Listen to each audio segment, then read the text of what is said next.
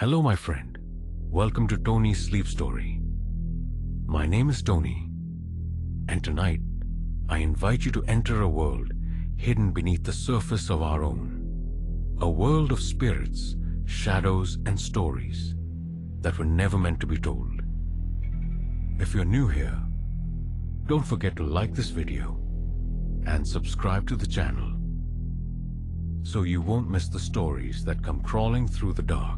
Now, find a quiet place, turn off the lights, and let me tell you a true story.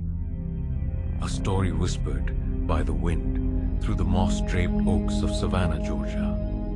The first part of a haunting that was never fully explained. This is Cypress Hollow House's Secret. The Part 1. The house on Cypress Hollow, Savannah, Georgia. October 1978. A kind of autumn that wrapped the old city in gold, rust, and quiet dread. Down Cypress Hollow Lane, where the moss never stopped swaying and the air always smelled like the earth had secrets, it stood. A tall, crumbling house with dark green shutters and a slanted porch that moaned even when no one walked on it. No one had lived there for years. No one was supposed to. But as the sun set behind the marsh, something shifted behind its curtains. A Calistita named Emma Langford wasn't the kind of woman who believed in ghosts.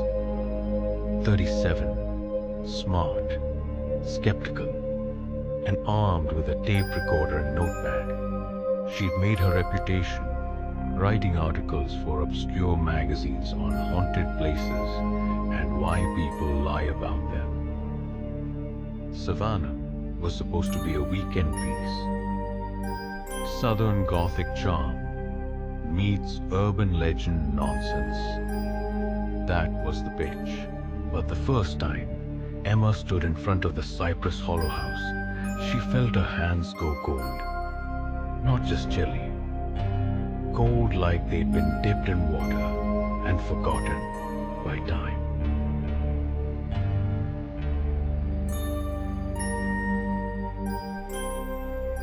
She rented a room 2 doors down from the old house at a small inn owned by a kindly woman named Mrs. Delora Kane. Delora had lived in Savannah her whole life, and when Emma asked about the house, her smile faded like sun-bleached wallpaper. "You should find another story, honey," Delora said softly, staring past Emma's shoulder. "That house ain't never meant to be remembered. Some places are built wrong. Some are kept wrong." That night, Emma recorded herself reading the official city records. Built in 1903, owned by the Kressler family until 1936. Abandoned, purchased in 1942 by a man named Jonas Ellaby. In 1954, Ellaby and his wife were found dead, mysteriously. No suspects. After that, a string of short-term tenants. Complaints of noises in the walls, children laughing at night, and voices asking for help. But what caught Emma's breath was the final entry. 1971. Evelyn Harrow, age 9. Vanished, case unsolved. On her second night in town, Emma walked toward the house just before midnight. The gas lamp-lit streets of Savannah were silent, except for the low rustle of Spanish moss brushing the rooftops. She climbed the steps of the porch. The wood sighed under her boots. The front door, swollen with time, creaked open with the barest touch. She wasn't supposed to go inside, but something compelled her. Inside, the air was thick and damp, like a room sealed tight for too long. Her flashlight scanned peeling wallpaper, broken frames, and a staircase veiled in shadow. Then she heard it. A whisper, low, close, like someone breathing just beside her ear. Emma. She froze. The beam of her flashlight flickered. Emma, help me.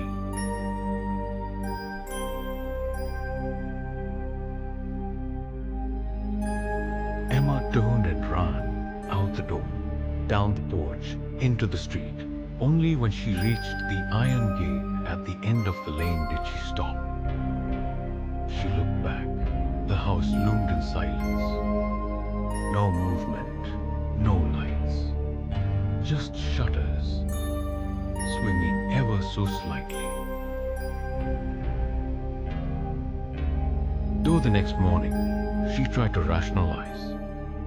Maybe I imagined it. Sleep deprivation, suggestion, the power of local myth. But the tape recorder, the one in her coat pocket the whole time, it had captured something. Not her breathing, not her footsteps, but a voice, a girl's voice. Please, don't leave me here. It's still in the walls. Emma didn't sleep that night. She listened to the tape 20 times. By 4 a.m., she had decided she would stay in Savannah. She would dig into this, because something terrible had happened in that house. Something that hadn't ended with the last family, and it was still there, waiting.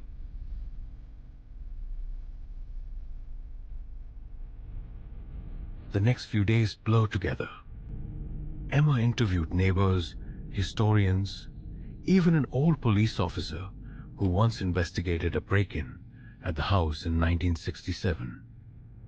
Each had a different story. But one thing was consistent. They never stayed long enough to understand it. One man whispered about the basement that shouldn't exist. Another said he'd seen a little girl standing in the upstairs window every year on October 27th, then vanishing before your eyes. A woman recalled seeing scratch marks on the inside of the front door, like someone had tried to claw their way out.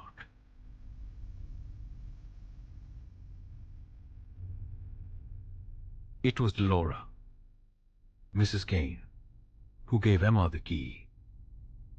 A single, rusted brass key tied to a faded pink ribbon. I kept it, she said, barely above a whisper. I don't know why. Maybe because I always knew someone like you would come. Just don't go downstairs, child. That's where it started. And that's where it still moves.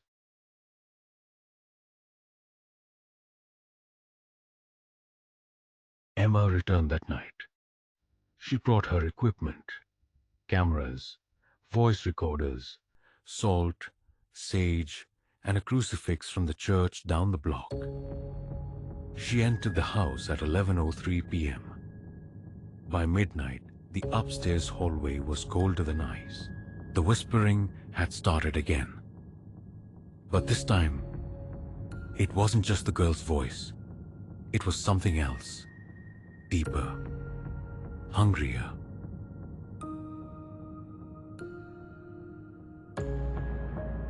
As the old grandfather clock in the foyer struck 2:33 a.m., Emma turned toward the basement door. It had been locked earlier. Now, it was open. The darkness inside breathed like a living thing. She stepped forward, and the door closed behind her.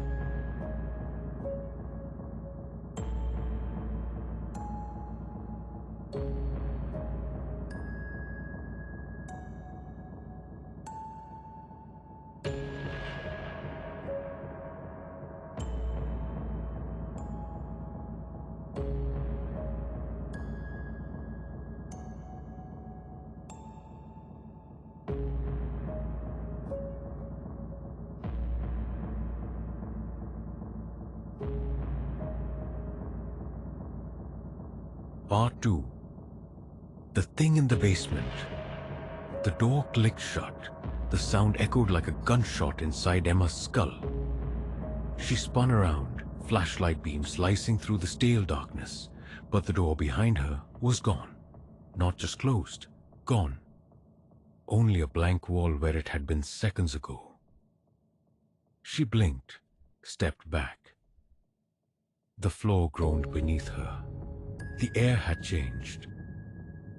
Heavier now, metallic, like blood on rusted nails. She reached into her jacket, fingers trembling over the edge of her tape recorder, clicked it on. This is Emma Langford. I'm inside the Cypress Hollow house. I appear to have entered the basement, but the layout is wrong. I can't see the door I came through. The walls are shifting. There's something down here. She didn't say what her instinct screamed. It knows I'm here. The beam of her flashlight flickered against damp concrete and wooden beams that bowed like they were exhausted from holding back whatever pulsed behind them. And then, footsteps. Soft, bare. Not hers. From behind a stack of old crates came a whisper. You shouldn't be here. It wakes when you speak its name. She froze. The light caught movement. A figure. It was a child. A girl, no older than 9. Pale, barefoot, wearing a faded white dress with a tear down the middle. Her eyes were wrong. Not white, not empty, but drowned. Who are you? Emma asked, her voice thin and tight. Are you Evelyn? The girl looked up. He made me stay. He feeds on voices, screams, prayers. Don't call him. Don't give him your name. Then she vanished. No wind, no blink. Just gone. Emma's breath hitched. She backed up, hand over her recorder. Her fingers brushed against the crucifix in her coat pocket. But even as she clutched it, the cold deepened. Not physical cold, something older, darker. The sound started low. A scrape, metal on stone. Then laughter, deep, throaty, not human. A second light flickered to life in the far corner of the basement. A lantern, an old one, the kind you'd see in coal mines. It swung slowly, side to side. Emma stepped closer, flashlight aimed steady, heart pounding. And then she saw it. A door. Not part of the house. No hinges, no knob. Just a perfect black rectangle cut into the brick wall. A door made of shadow. Carved into the bricks around it were names. Some crossed out, some smeared with something dark. And in the center, scratched so deep the stone cracked, was a single name. Jonas, the last known owner.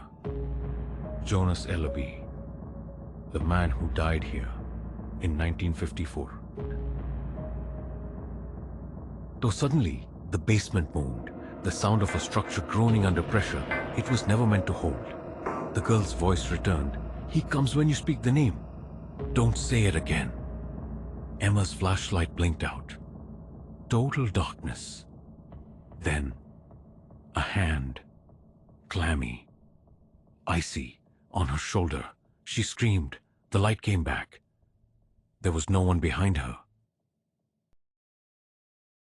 She stumbled backward, hit the crates, and something spilled out. Books, journals, stained pages tied with brittle twine. One had a name on it. Not Emma Langford, her actual full name. Emma Louise Langford, March 3rd, 1981. Her birthday. It was impossible. She hadn't told anyone that name. Not in this town. She opened the book. Inside, pages of writing in different hands, prayers, ramblings, names, and then drawings, circles, runes, and a figure. Tall, black, faceless, arms stretched impossibly long. Below it, scribbled in a child's handwriting, "It lives in the walls. It wears your face when it comes. It comes at 2:33. On the grandfather clock in the foyer, though she couldn't hear it now, would be striking 2:33 a.m. soon. And somehow, even deep underground, she felt it. The moment shifted, the air held its breath. Then, from inside the shadow door, a hand reached out, thin, bone-white, stretching toward her. Emma dropped the book, turned, and ran. No sense of direction, only away. Past the grates, past the lantern, which exploded in a hiss of sparks. She slammed into a wall, solid brick. But there, in the corner, was a ladder. A rusted metal ladder leading up into darkness. She climbed, faster than she thought possible. Behind her, scraping, dragging, something was following.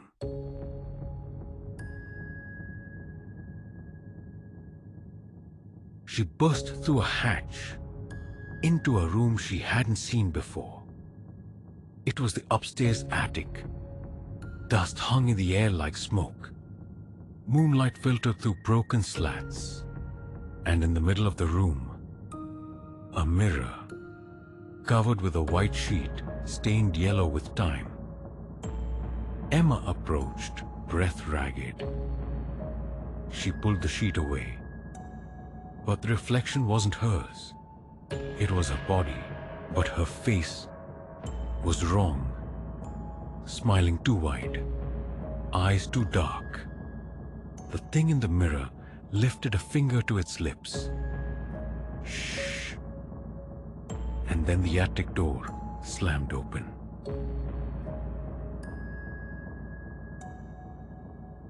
Emma wheeled around. Nothing. When she turned back to the mirror, it was her reflection again. She dropped to her knees, shaking. Outside, the sun was rising. The first light of dawn broke through the trees. She left the house, didn't run, didn't scream. Just walked quietly, like someone who had seen too much and couldn't unsee it. The back at the inn, Delora waited for her. She didn't speak, just poured Emma a cup of hot coffee and sat with her until the shaking stopped. Then she handed her something wrapped in cloth. "You'll need this next," Delora said, "before it starts to follow." Emma unwrapped the cloth. Inside was a photograph. Old, cracked, sepia. A man in black, standing outside the Cypress Hollow house. And beside him, a little girl in a white dress. But the girl's face had been scratched out. Only 3 words were written on the back. "It's not over."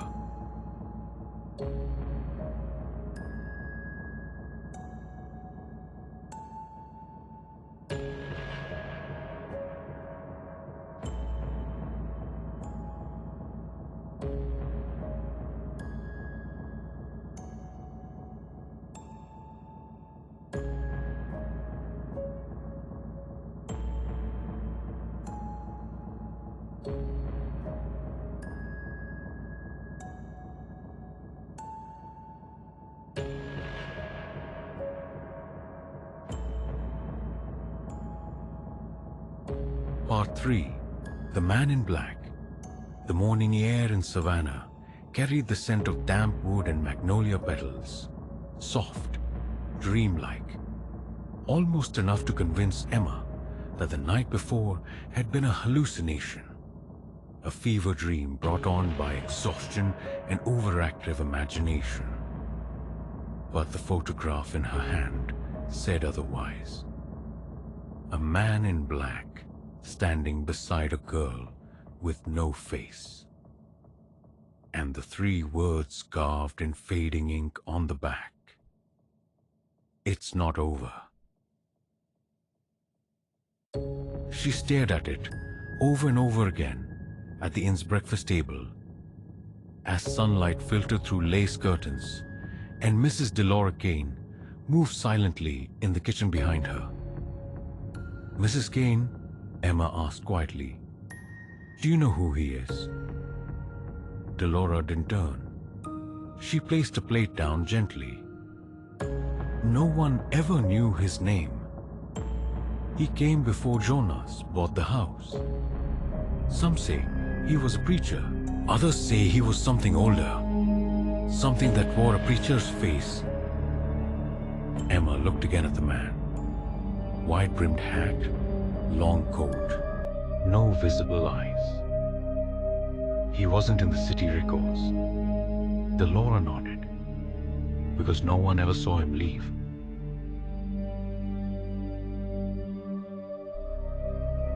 Emma returned to the house that afternoon. She didn't go inside. Not yet. She stood across the street, watching the porch, the windows, listening. Birds didn't land on the roof. The trees leaned away from the house, and the air, warm everywhere else, was noticeably cooler on this side of the street. She took out the photograph, turning it over in her hands again. There was something odd about the scratch marks over the girl's face. Not random, deliberate, carved into the image, as though someone wanted her gone. Not forgotten, but erased. And the more Emma stared, the more the girl's shape began to blur, like something was still moving beneath the surface of the photo. She put it away.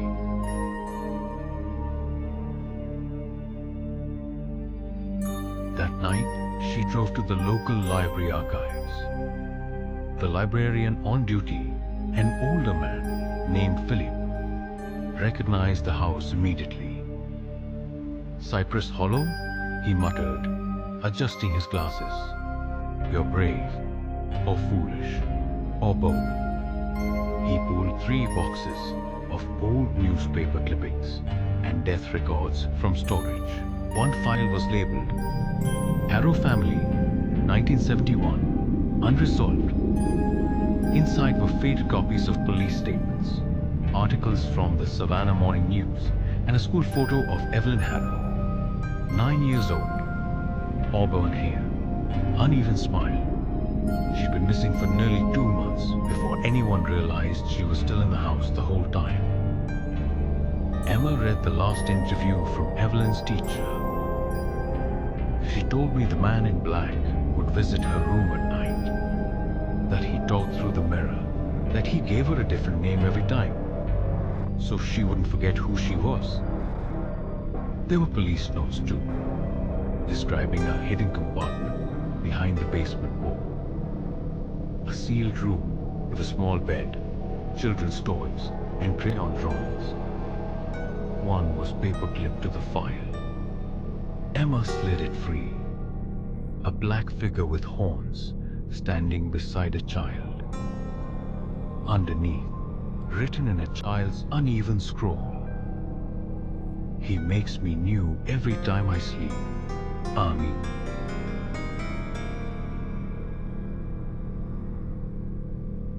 Emma left the library with her head pounding. The voice on the tape recorder from before echoed in her ears. "It still moves in the walls. Don't give it your name." She drove straight to St. Augustine's Cathedral, a place of sanctuary. Or at least she hoped it would be. The priest, Father Grady, was younger than she expected, maybe in his late 30s, but with eyes that looked like they had seen too much. She showed him the photo, told him about the girl, the voices, the room. Father Grady went still. Then he walked to a locked drawer in his office and pulled out a folder labeled Cypress Hollow, Clergy Observations. Inside were old pages from a journal dated 1954. Jonas Ellaby's name appeared. but not just his. Reverend Malachi Rich, described as a wandering preacher who offered cleansing rituals, expelled from 3 churches, rumored to use ancient rites older than scripture. Emma's breath caught. The man had a name, and possibly a purpose.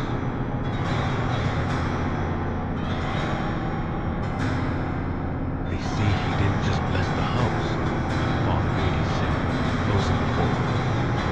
He sealed something, bound it, kept it sleeping, until something or someone woke it up. Emma's thoughts flashed back to the voice in the basement, the whisper that called her by name, the door that opened when she spoke it aloud. I said his name, she whispered. Grady nodded solemnly. Then it knows you now.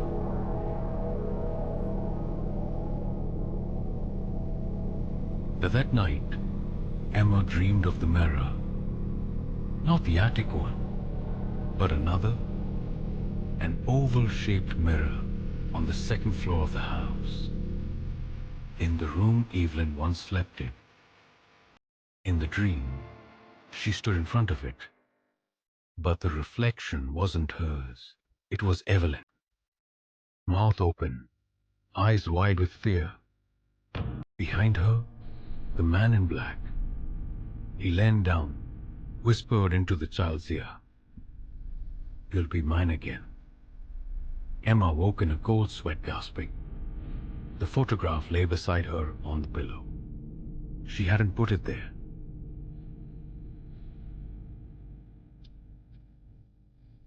At 2:33 a.m., her phone rang. No number, just unknown caller. She let it ring once, twice, 3 times. Then it stopped. A voicemail came through. She played it. It was Evelyn's voice, soft, pleading. "Emma, I can't hold it much longer. Don't come back. Please, don't come back." Then a second voice, deep, rotting, ancient. "She gave you your name. Now give it to me." The line went dead.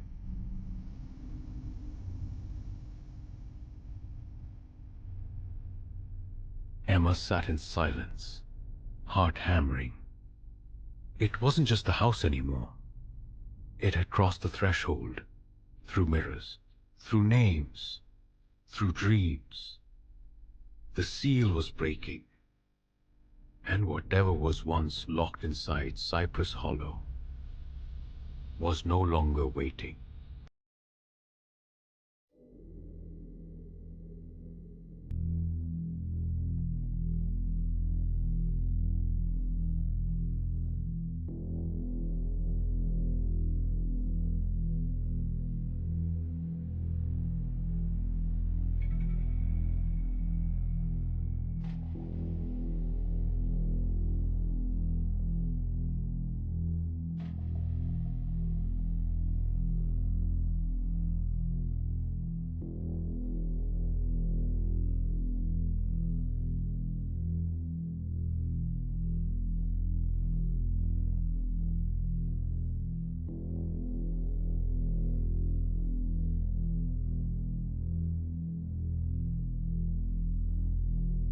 Part 4. Reflections that follow. The next morning, Emma sat motionless in the little garden behind the inn, the photograph trembling slightly in her fingers. A soft wind rustled the tall magnolia trees, their wide waxy leaves casting slow-moving shadows across the table. She stared at them the way someone might stare at the ocean after almost drowning.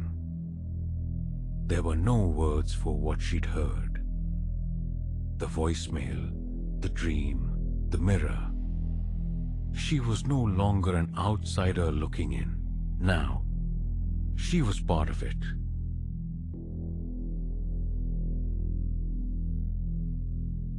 Mrs. Delora Kane, approached from the back porch with a mug of coffee, warm and cinnamon spiced like everything else in Savannah.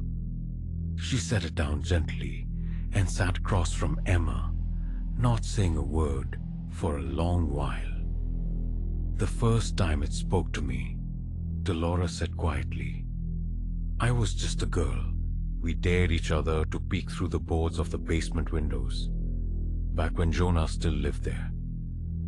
I heard my own name, not a whisper, not in my head, but spoken, plain as daylight. It was the first time I truly believed evil had a voice." Emma looked up, voice barely a whisper. "Why didn't you leave?" Dolores' expression didn't change. "Because evil don't stay in one house. Once it's named you, it carries you with it, no matter how far you run."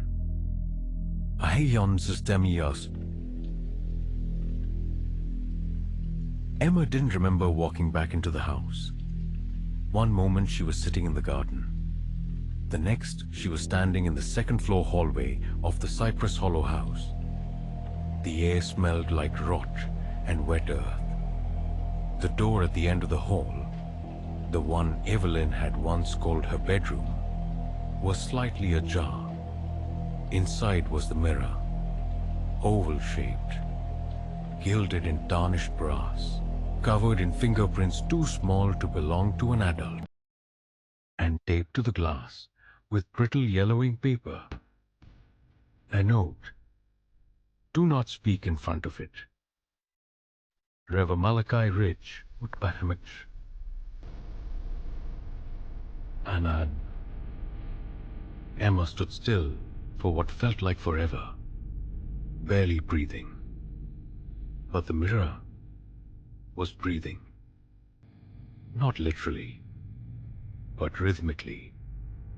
Like a living thing, the glass shimmered ever so slightly with each exhale, distorting reflections, pulling and stretching like it was trying to catch something not meant to be seen. She pulled out her recorder. October 28th, 2:14 p.m. I'm standing in what used to be Evelyn Harrow's room. There's a mirror here. I've been here before. In a dream. A flicker. The reflection behind her moved. Something shifted in the doorway, but nothing had actually changed. She turned off the recorder and whispered, without meaning to, "Emma Louise Langford."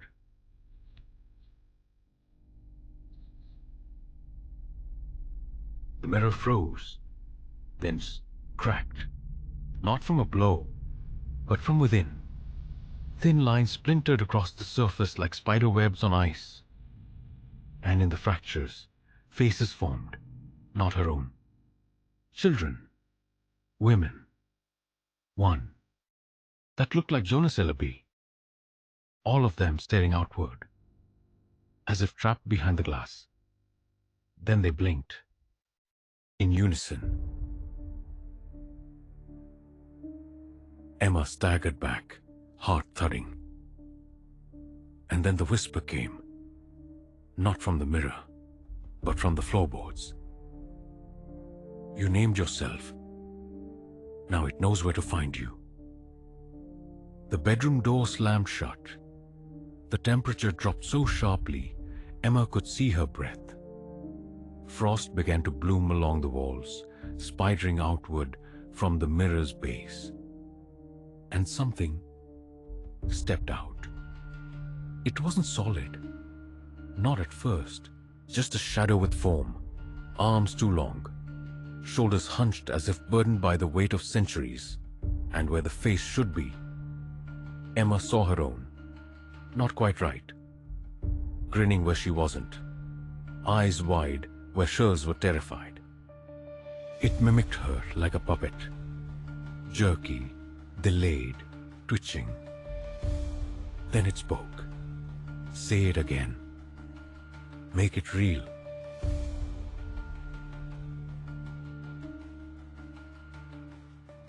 She turned and slammed herself against the door. It didn't budge. The thing stepped closer, and with each footfall, the walls groaned, as if the house itself was reacting to its movement. Emma fumbled in her coat pocket, grabbing the crucifix and pressing it hard against the door. The wood sizzled. A faint shriek echoed through the room. The shadow creature hissed and staggered back, but didn't vanish. "You can't leave until it ends," it snarled, "until the last name is spoken." The floor cracked beneath her feet. Hands, small hands, reached up from the floorboards, grasping at her ankles. Children's hands. Whispers flooded the room, all voices, all pleading. "He took our names. He made us forget. Don't let him wear your face too."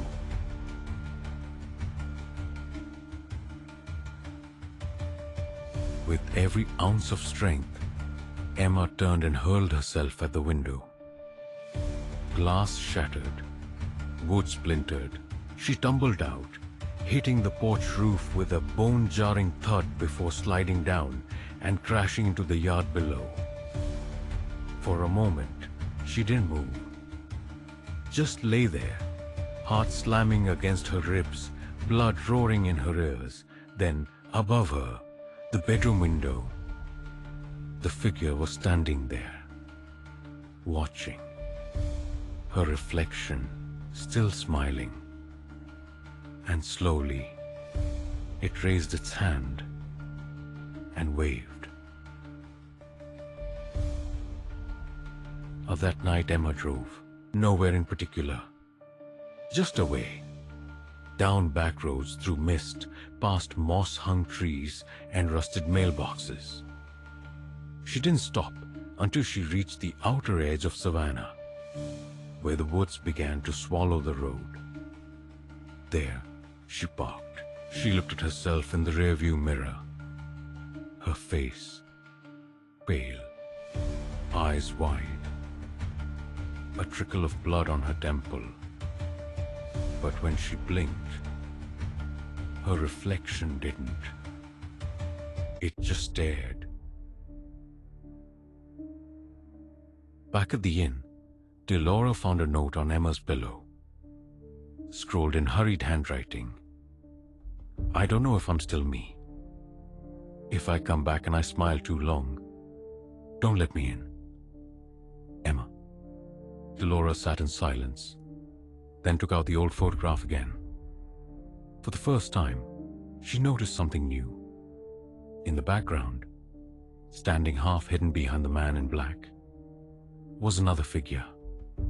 Unclear, unfocused. A woman. She looked closer. The features were soft, modern. She looked like Emma.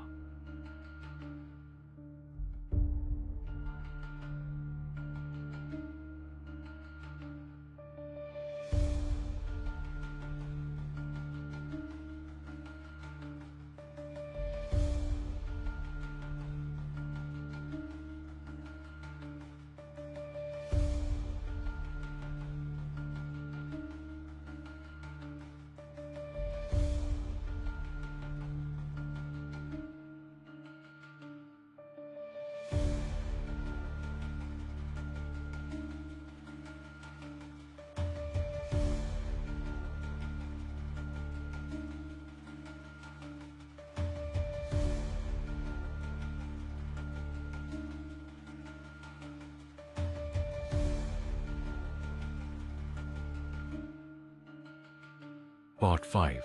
Through the glass, beneath the skin. The woods outside Savannah were hushed. No wind, no insects, no sound at all. Just the dull throb of Emma's heart in her ears, and the faint tick-tick-tick of the hazard lights blinking on her dashboard. She'd been driving for hours, or maybe days. Time was slippery now, like breath on glass.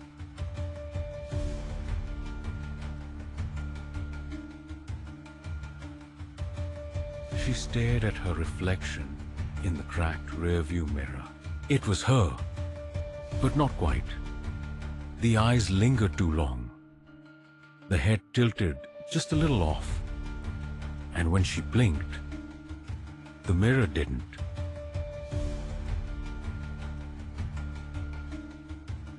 I don't know if I'm still me. That's what she had written. But deep down, she feared the truth was worse. Maybe she was still Emma, but something else was too. Clinging to her skin, breathing beneath her bones, wearing her from the inside out. She pulled the recorder from her coat pocket and clicked it on.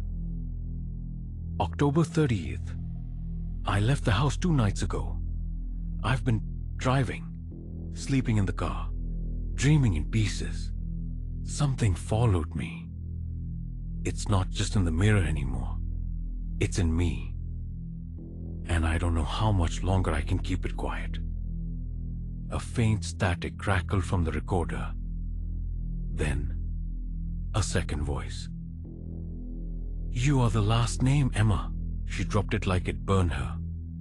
The static continued even after it hit the floor. Buzzing, hissing, and beneath it, a girl humming.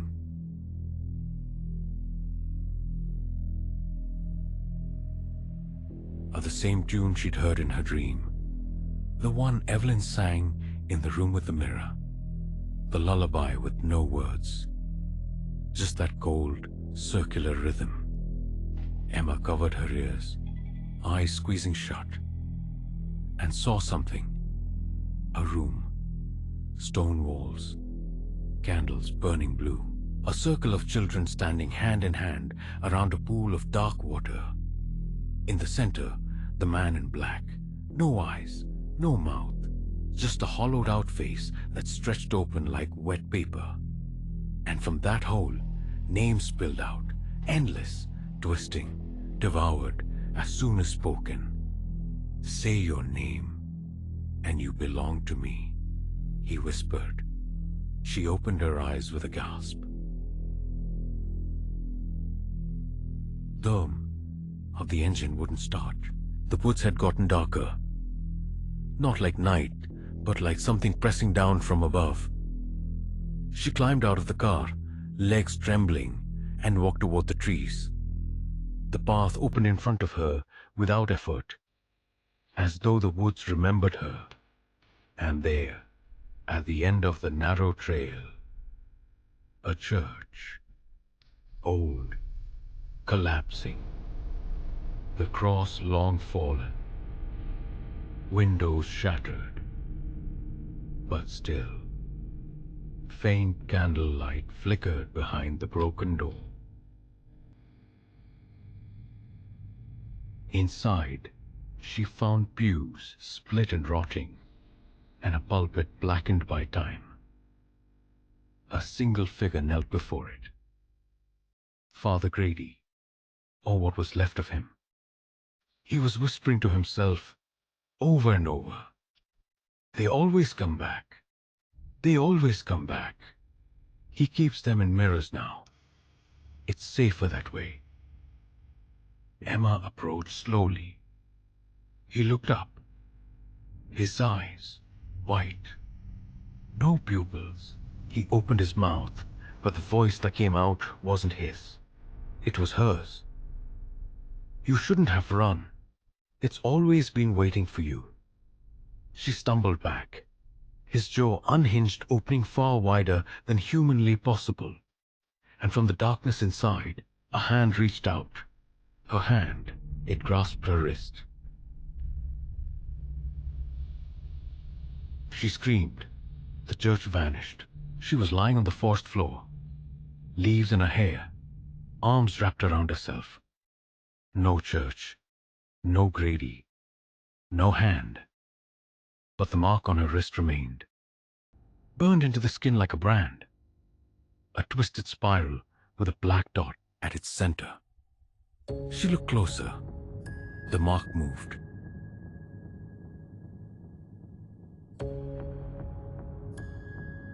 She returned to Savannah that night. Not by choice. The road seemed to bend back toward it. No matter how far she turned, the city welcomed her in silence. The gas lamps, the mist, and Cypress Hollow waiting, as though it had always known she'd come back. Inside the house, everything was still, too still. She walked room to room, and the walls whispered around her. Names, so many names. Hers last. The mirror in Evelyn's bedroom was gone. In its place, an open frame, an invitation. She stepped through. It was not a mirror world, not exactly. More like memory turned inside out. Hallways that curved wrong, gravity that tipped sideways, rooms filled with whispers and things half glimpsed in the corner of your eye. And in the center of it all, a circular chamber, stone walls, blue candles. The vision had been real. The children stood around the pool again. Only now, they were whispering her name over and over. Emma, Emma, Emma. The man in black stood in the water, his arms outstretched.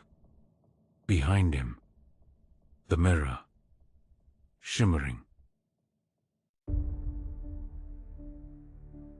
He turned, and when his face opened again, it was no longer hollow.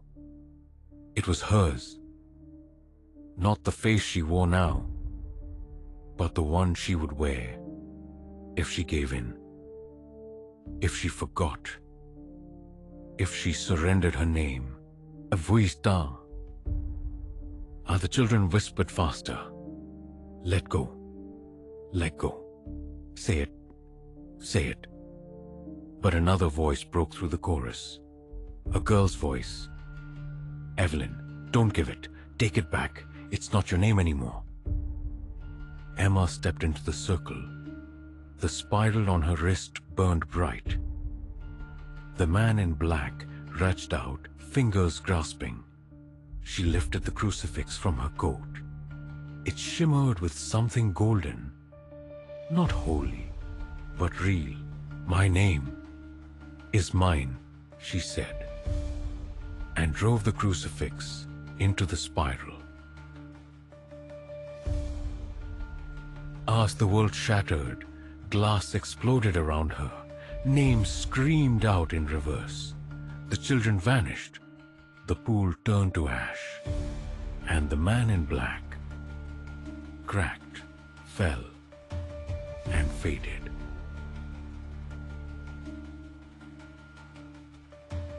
She woke up in the attic of Cypress Hollow, alone, the mirror whole again, the air warm, the house silent for the first time.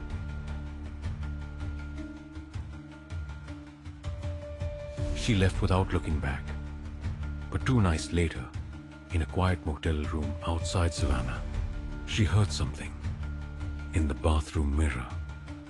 A whisper, her own voice. You took it back. Now who holds it? The mirror rippled and smiled.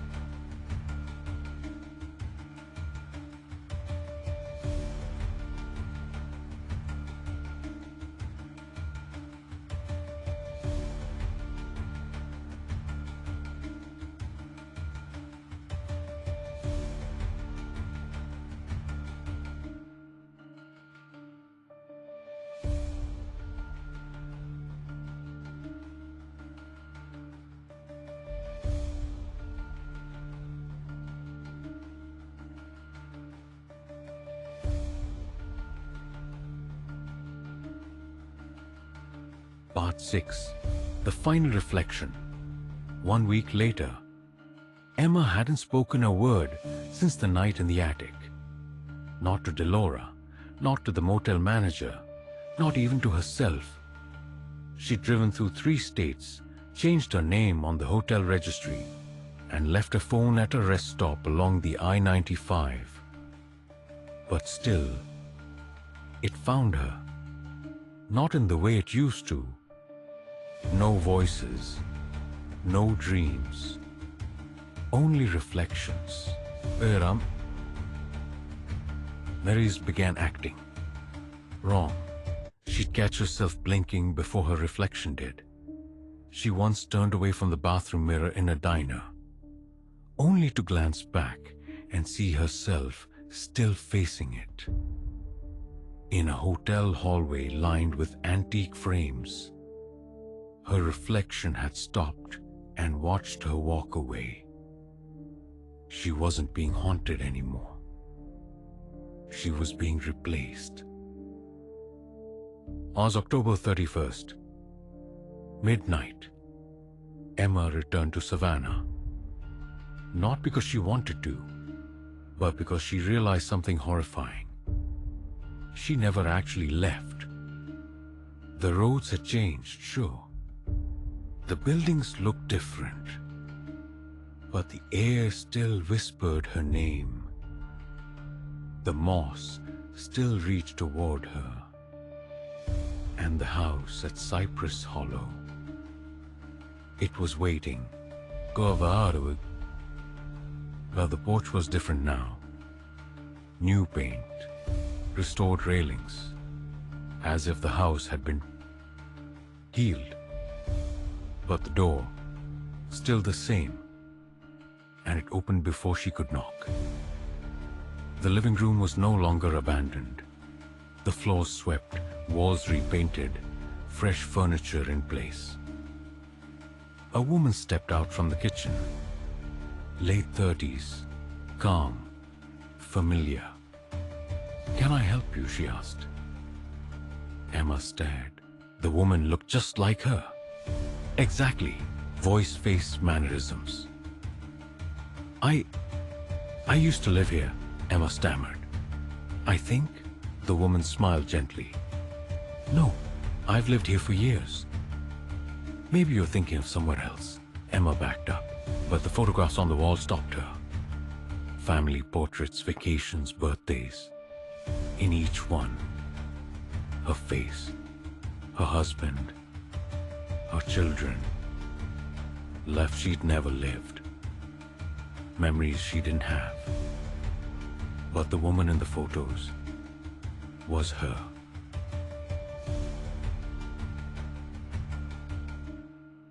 She stumbled into the hallway, up the stairs, toward Evelyn's room. But there was no mirror anymore, only an empty frame. And from the frame, a whisper. "You took your name back. But what did you leave behind?"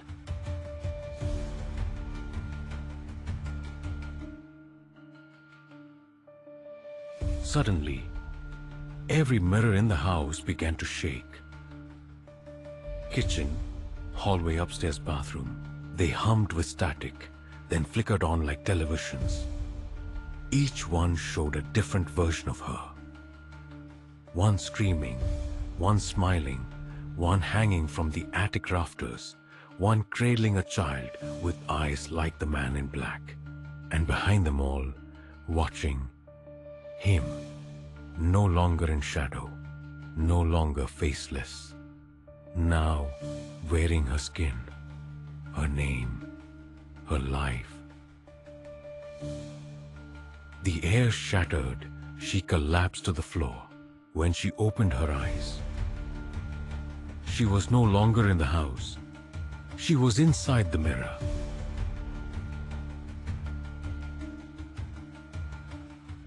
It was cold, endless glass corridors, each reflecting thousands of versions of herself. She ran, turned, but every path led back to the same point. The circular chamber, the blue candles, the pool, and at its edge, a girl, Evelyn, still 9 years old, still barefoot, still waiting. "You came back," Evelyn whispered. "I tried to warn you. He doesn't take your life. He takes your place. He puts you behind the glass and steps into your skin." Emma dropped to her knees. "Can I get out?" Evelyn's smile was hollow. "Do you still know your name?"